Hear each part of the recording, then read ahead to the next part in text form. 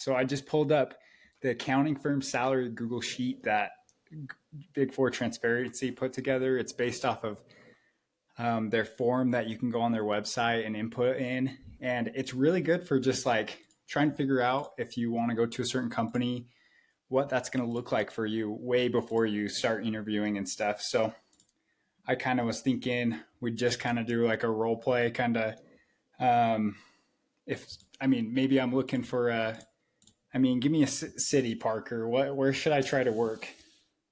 Do Tampa, Florida. I don't know. Okay, That's a bit risky. Yeah, I don't know how many. You a Bucks fan, there's Parker? Gonna be. Okay, there's No. Okay, I go There's to a couple. Yeah. Let's see how many there are. 150. Okay, Sweet. now you're in tax, so let's do tax. So we went from 150 in Tampa to 41 in tax.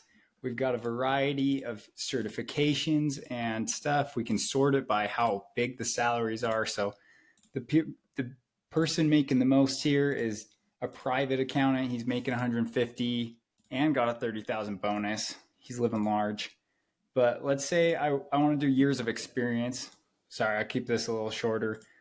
Let's do under 3 years, 3 years and under. Okay, so it's varying. The people with 1 year making between 52 and 60. If I've got 2 years, let's do sort it on this. If I've got 2, it gets up into the 75s region. Yeah, somewhere around there. So you kind of have a good, and then you can kind of start picking out companies. Like I can know if I want to work for PwC, or looks like Baker Tilly's paying pretty good on here. Anyways. Private equity money, baby. Yeah. Anyways, that's our shout out for Big Four Transparency. It's really good to look up, to slice on your specific things. If you're CPA, if you're an EA like Parker, like go see what EAs are making nowadays. See if it's worth it. So. And even for that next promotion, being able to look in and be prepared, and coming into that interview and saying, hey, this is what everybody else in the country is making it at my certification level, my years of experience. What do I need to do to get that next big salary bump? And you can leverage this data to really make that happen. And that's the whole purpose of Big Four Transparency. Pumped this week to have Donovan Fox, a BYU accounting student and prior KPMG intern, with us today. He's going to be helping us out with our series, interviewing interns, and we're going to get the inside scoop of BYU accounting and what it's like to be an intern at KPMG. So Donovan, good friend of mine, met on LinkedIn a few months ago, so it's super good to finally be able to chat here in person. Yeah, it's great to be here. So I'm finally happy to meet you guys face to face. Well, I mean, as close to it as you can get. But yeah, no, I'm happy to be here. So thanks for inviting me. Sweet. So why don't you give us a little intro, and of course the question that I love to ask, why did you choose accounting? It's just so interesting. People have these crazy stories, right? Yep. Well, little intro to me. I'm in my last year of school at BYU, and the MAC program specifically. So the end is in sight. I can see the light finally. But anyways, how I chose accounting. So I originally was starting out I was planning on going into dental school. And so took a chemistry course and then took another one. And that discouraged me from doing dental school after that. So, and so that made me redirect my path a little bit. And so when I was deciding what to do, I figured I'd take some business classes, because why not? Business is a good career to fall back on. And I signed up for a finance class. And before that class started, they're like, take accounting first before you take this class. So took accounting, and figured I actually was enjoying it. I understood the credits and debits. Actually, it came easy to me. And so I was like, oh, I kind of enjoy this. So I decided to stick with it. There's also another class, an entrepreneurship class. The teacher there, he was going around asking people's majors and stuff. One kid would say marketing. He's like, that's unfortunate. And then someone said finance. He's like, that's too bad. And someone said accounting, and he's like, that's a smart man right there. I was like, I'm doing accounting. So that's kind of how I ended up in accounting. And before I even knew it, BYU was like one of the top schools. I decided to do accounting, and then I got there, and they're like, yeah, we're like one of the best. I was like, oh, I made a good choice, I guess.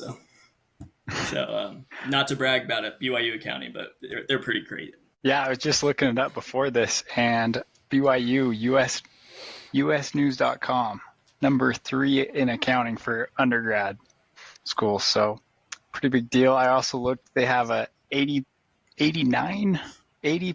pass rate on the CPA exam. So don't be in the 11%, Donovan. Yeah, pressure's BYU is proud.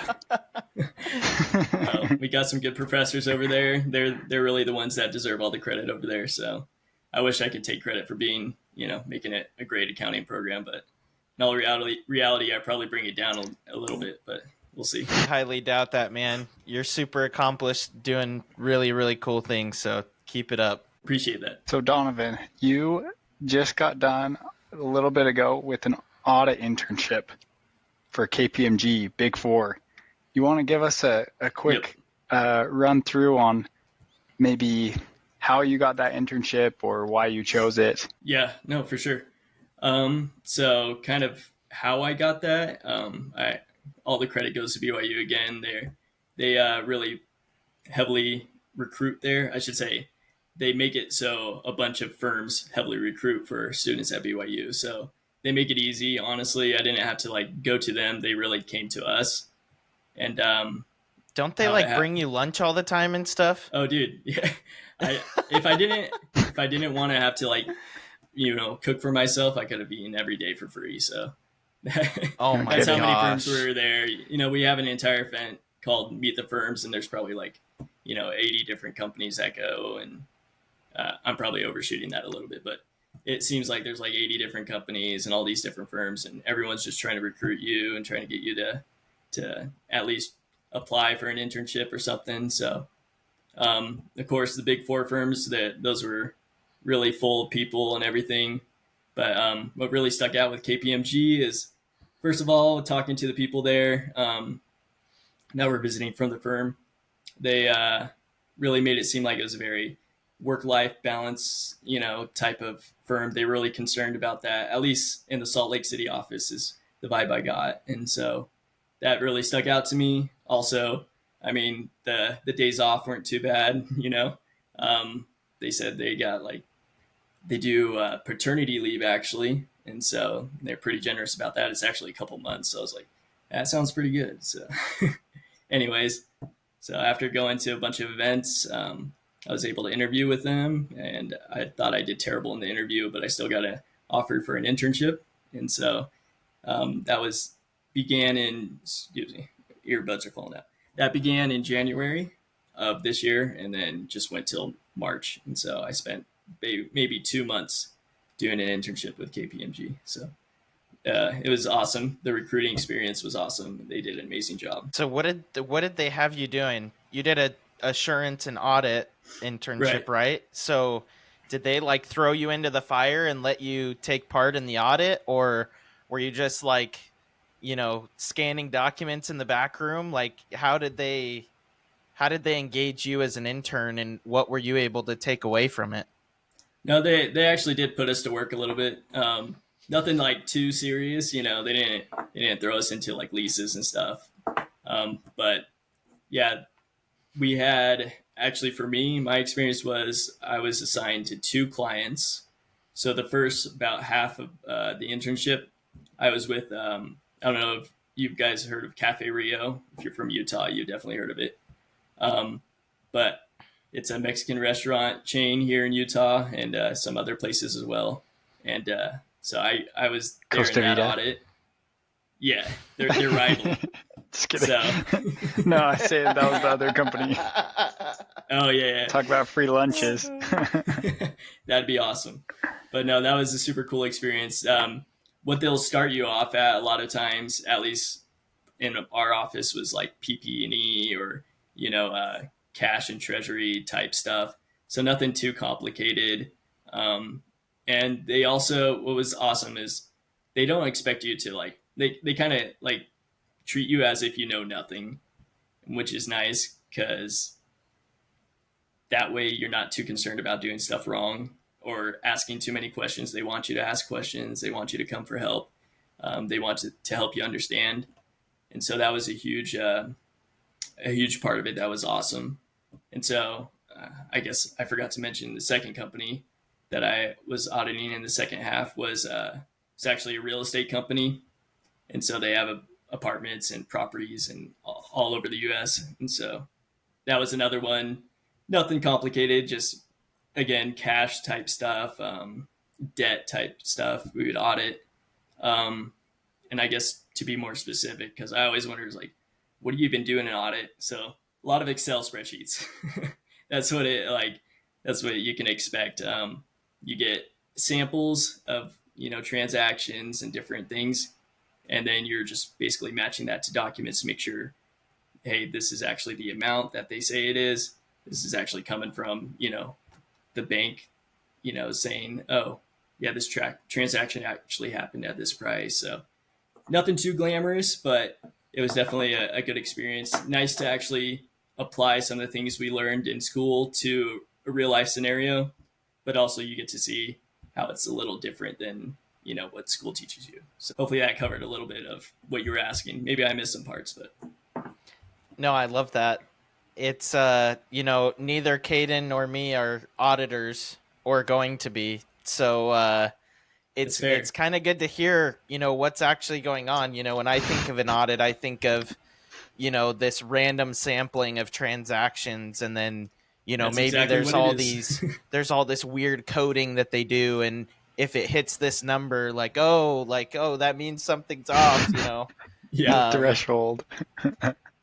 Yep, there's the threshold, all those fun things. Spooky. Yeah, no, that's exactly how it is, though. It's like, thank goodness we don't have to do any of the coding for picking the samples. That's all automated now. So you basically just throw in the entire thing, and then it'll choose the samples for you. So, but sometimes it'll choose something, a sample that requires more work, and those are always fun. But, but yeah, no, it's just a kind of luck of the draw, and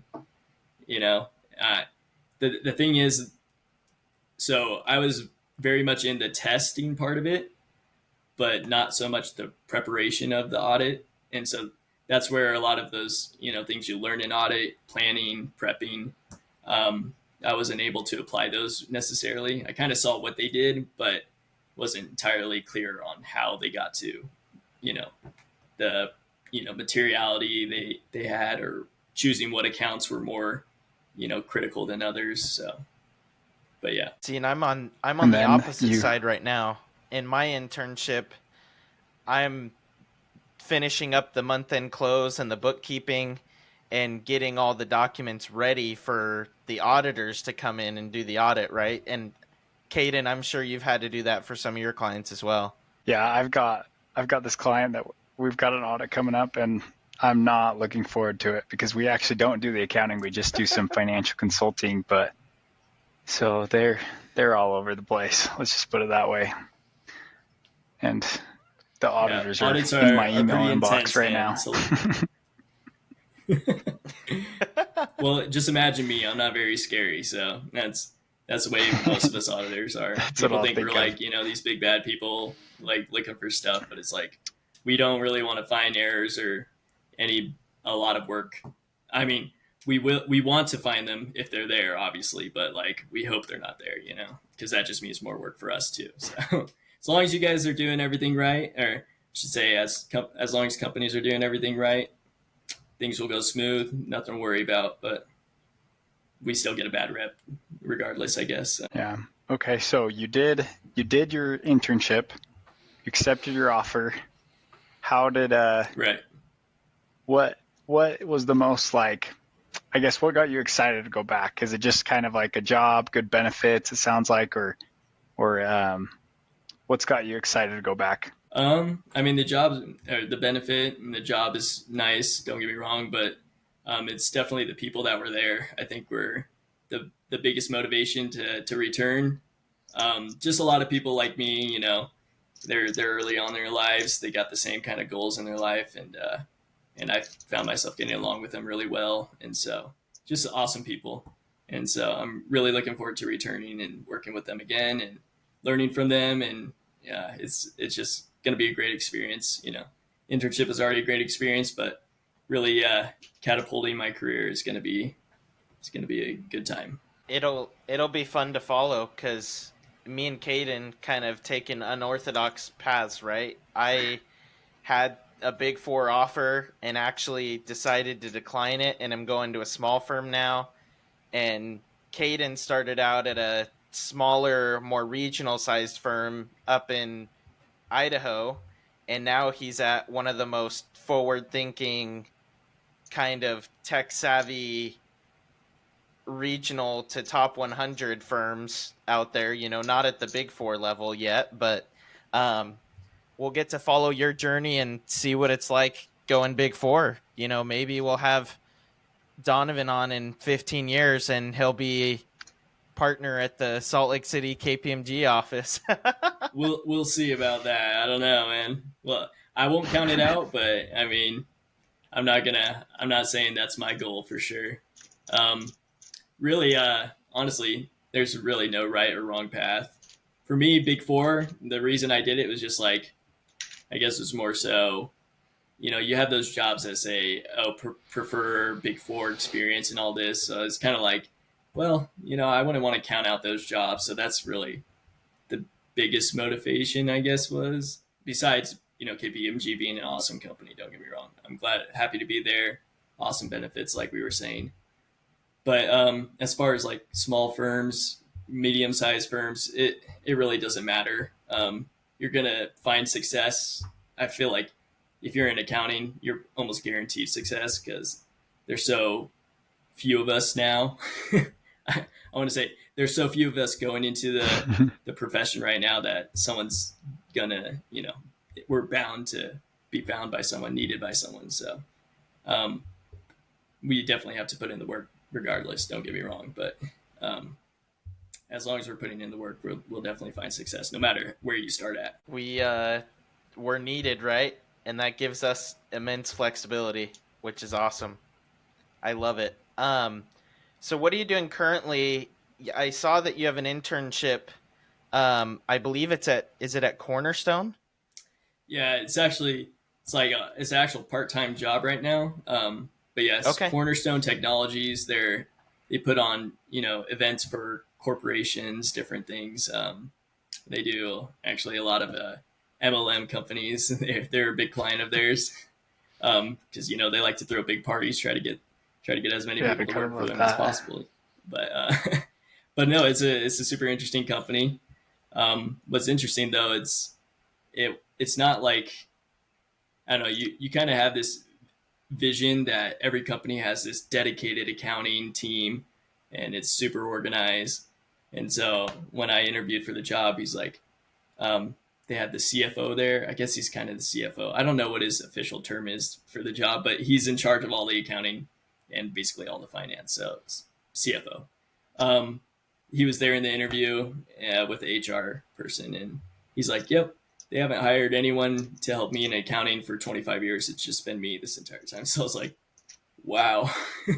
And so, yeah, that was a big shock. And then it was even more shocking. Their revenues aren't, they're not something small. They're aiming for like, pretty high revenues in the, 20s to 30s in millions. And so I was like, wow, I'm coming into a pretty big business and and with not much accounting experience aside from what I'm learning in school and the internship. So it's been a learning curve for sure. And with him being the only other accounting guy, there hasn't been a ton of like dedicated training for me. So I'm kind of just learning as I go, asking a lot of questions.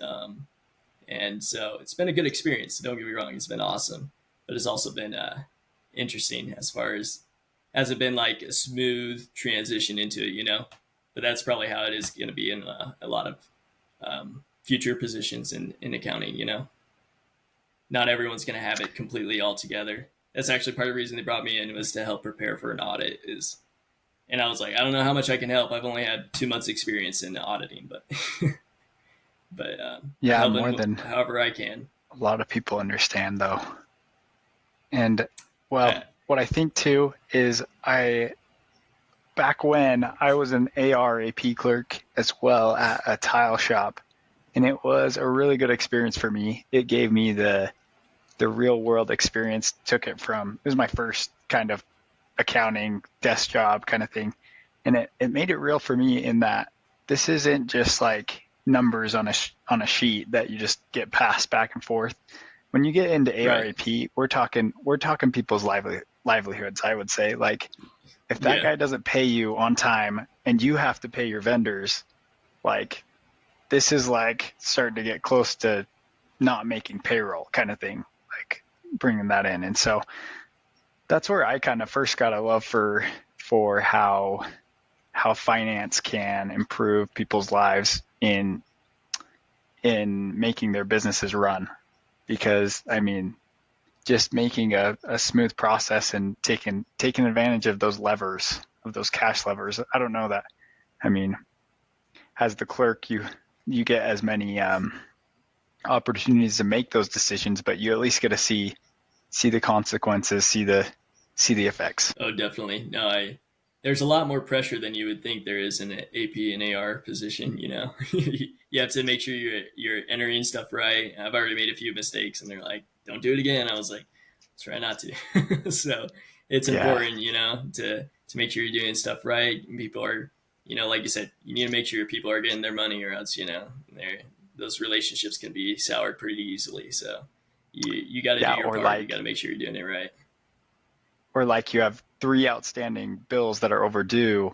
We can't ship you this order until you pay one of them, and you're like, oh crap! Like I gotta go to my boss and like go tell him that we gotta put out all this money, and that our material and stuff isn't gonna be here on time, or Yeah, it's like the you worst get the feeling. wrong email and you don't send it to the right person for AR and you don't get your money in, and they're like, okay, so when is this money coming in? And they're like, I got an invoice. Anyways, it's a whole thing. I'm glad I'm not alone.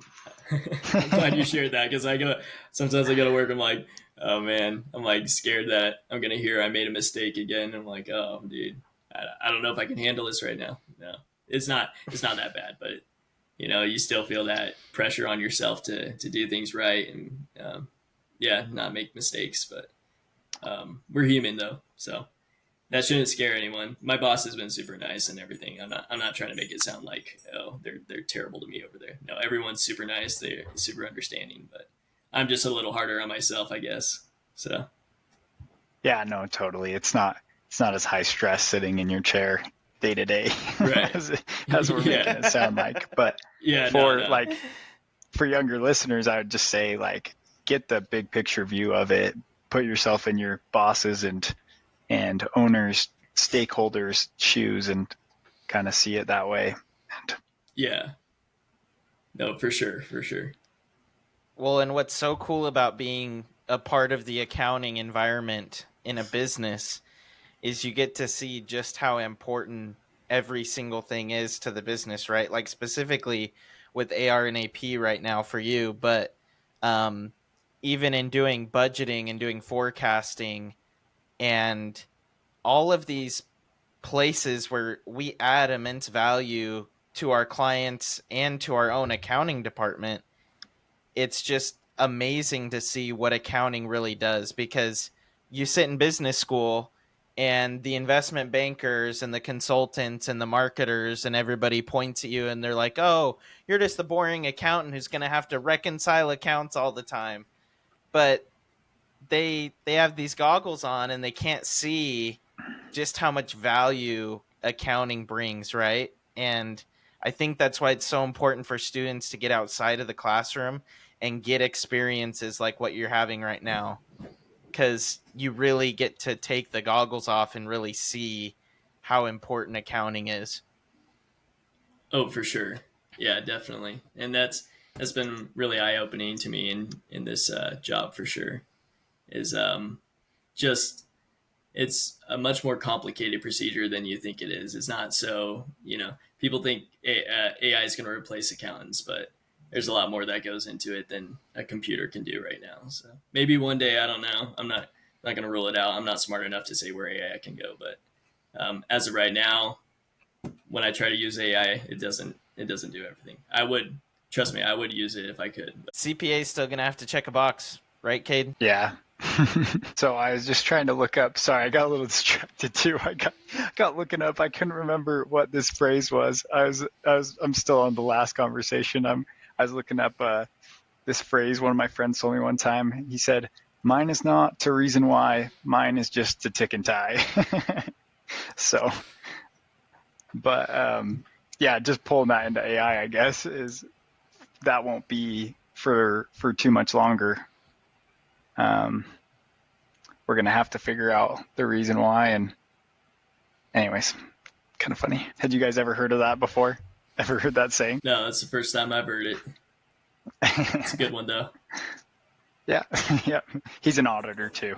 So, sorry, you were cutting getting out a into AI and stuff, Donovan, do you have any, like, either, doesn't have to be work, but AI use cases that you do use? Like, are you meal planning with AI? Or are you, what are you doing? So at KPMG during my internship, actually, I was kind of like looking at how to use the AI a little bit. So KPMG, they're a big company, so they have their own kind of chat feature, ChatGPT. And so I was just looking for opportunities to use that, figure out ways I could use that. And there was actually one case where during an audit, or during a specific part of the audit, I was asked to fill out this section, some kind of explanation, and they wanted me to model it after another audit's explanation. And so I was like, I'm going to try to use AI for this because I'm lazy. I don't like writing too much, I thought I wouldn't have to type a bunch in accounting. I was wrong. But anyways, so I threw it into AI, said, make it modeled more around this audit, and it spat something out. I sent it to my coworker. I was like, how's this sound? He's like, that actually looks pretty good. And I was like, oh yeah, I used ChatGPT. And he's like, that's actually really smart. So anyways, so I kind of, patted myself on the back. I thought it was a pretty smart move, but anyways, so that's kind of the use case I had so far. I'm probably going to use it for more writing explanation type stuff, make sure things sound well or sound good, that they're written correctly. And so I think that's going to be a huge use for AI for right now with its capabilities, but it's definitely advancing further. I've heard of another feature that KPMG has come up with is building out flowcharts. So it'll take what you type, or even it might even record what you say, and it'll build a flowchart out of that you can use for to put into your work papers. And yeah, so that's kind of a cool feature too that I hear is coming up.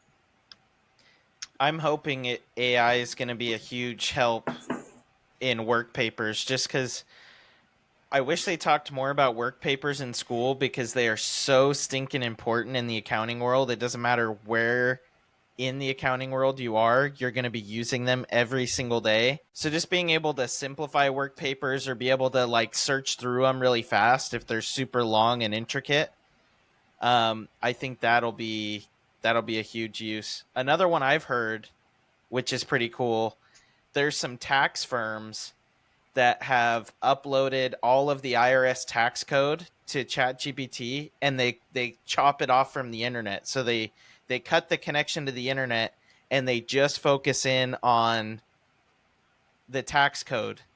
And tax accountants do research all the time on different things, because it's always changing, and there's different rules and different scenarios. Like, I just had 2 different webinars today that I went to for California sales tax, and that is like, I mean, the instructors who work for the California tax department couldn't even give me answers on some of my questions. Yeah, that's exactly why I'm not going in tax. That's why I'm going to audit. But anyway, AI, for me, man.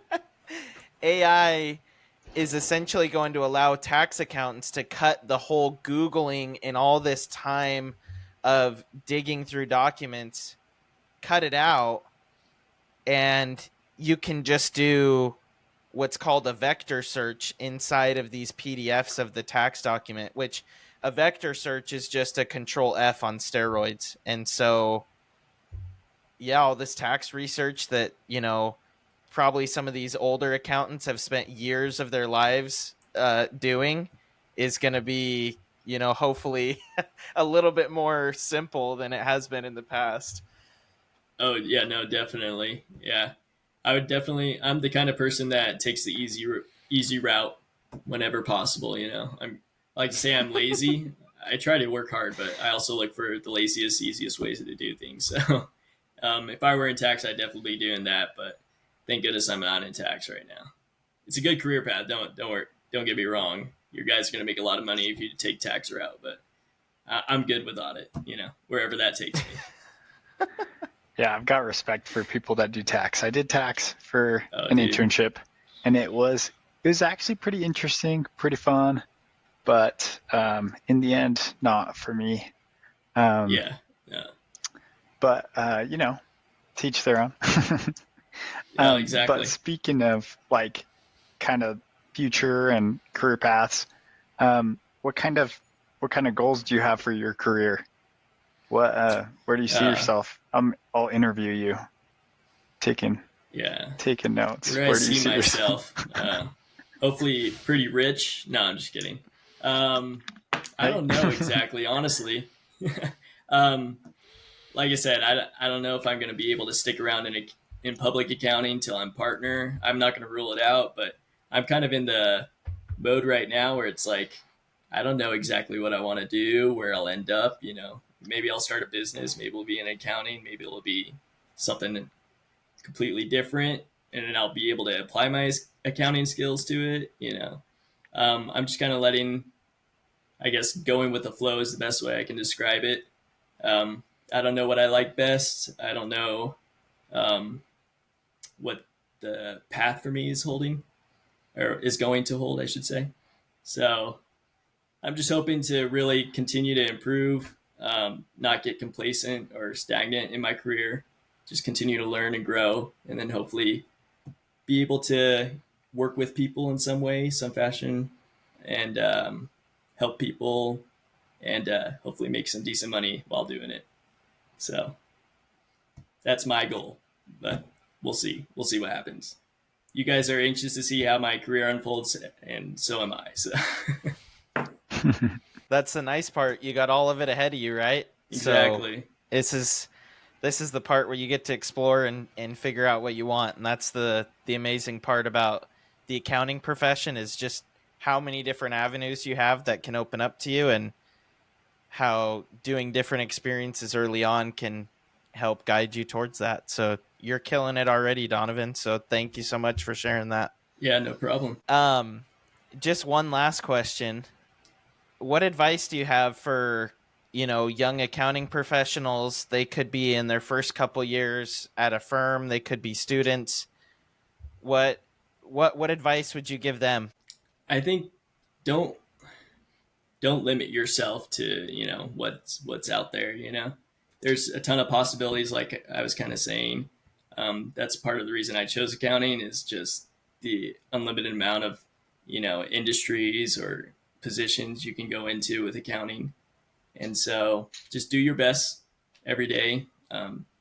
Continue. Don't get complacent, I think, is another good form of advice. Although I'm saying that as I'm still working on graduating. So get back to me in 10 years and see if I'm complacent. Hopefully I'm not. But yeah, just keep doing your best. Keep trying to get better. And don't forget to help others. Look at other accounting students, try to help them out, try to give them advice, be a mentor. That's what I'm hoping to do in my future too, is be a mentor to others, be able to help wherever I can. So hopefully that was good advice or decent advice. We'll see. Yeah, man, for sure. Well, we think you're on a good path, and we thanks for coming on the podcast. It's fun to hear about different paths that me and Shane just don't have any idea about. We're just kind of just Well, here to learn. Oh no, I'm the same way right now. I'm kind of like in your guys' position. I almost wish I had the guts to start a podcast, but I don't think I ramble too much. I want to be good at it. But yeah, no, I think it's super interesting seeing what other people are doing. That's what I'm always looking for podcasts to see, like, where can I go as a CPA? What can I become? And yeah, I'm super grateful for your guys' podcast, the work you're putting in, because that's given me some insight on a lot of stuff, and hopefully make the path or the future a little clearer. But like I said, I'm open to a lot of things. So looking forward to whatever accounting brings in my life. It's going to bring a lot because accounting is incredibly rewarding and it's fun. So we're rebranding. We're changing the profession. I'm looking forward to it. You guys are doing awesome. And Donovan, you're going to be our new rep at BYU. You're going to get all the BYU students and professors to listen to the podcast. Oh, so. I'm definitely recommending it to whoever is willing to listen, man. I love it. Well, thank you so much, Donovan. From me and Caden, we're so grateful to all of our listeners. Thanks for joining us for another episode, especially in this special series of intern interviews. And we will catch you all next week. Thanks, guys.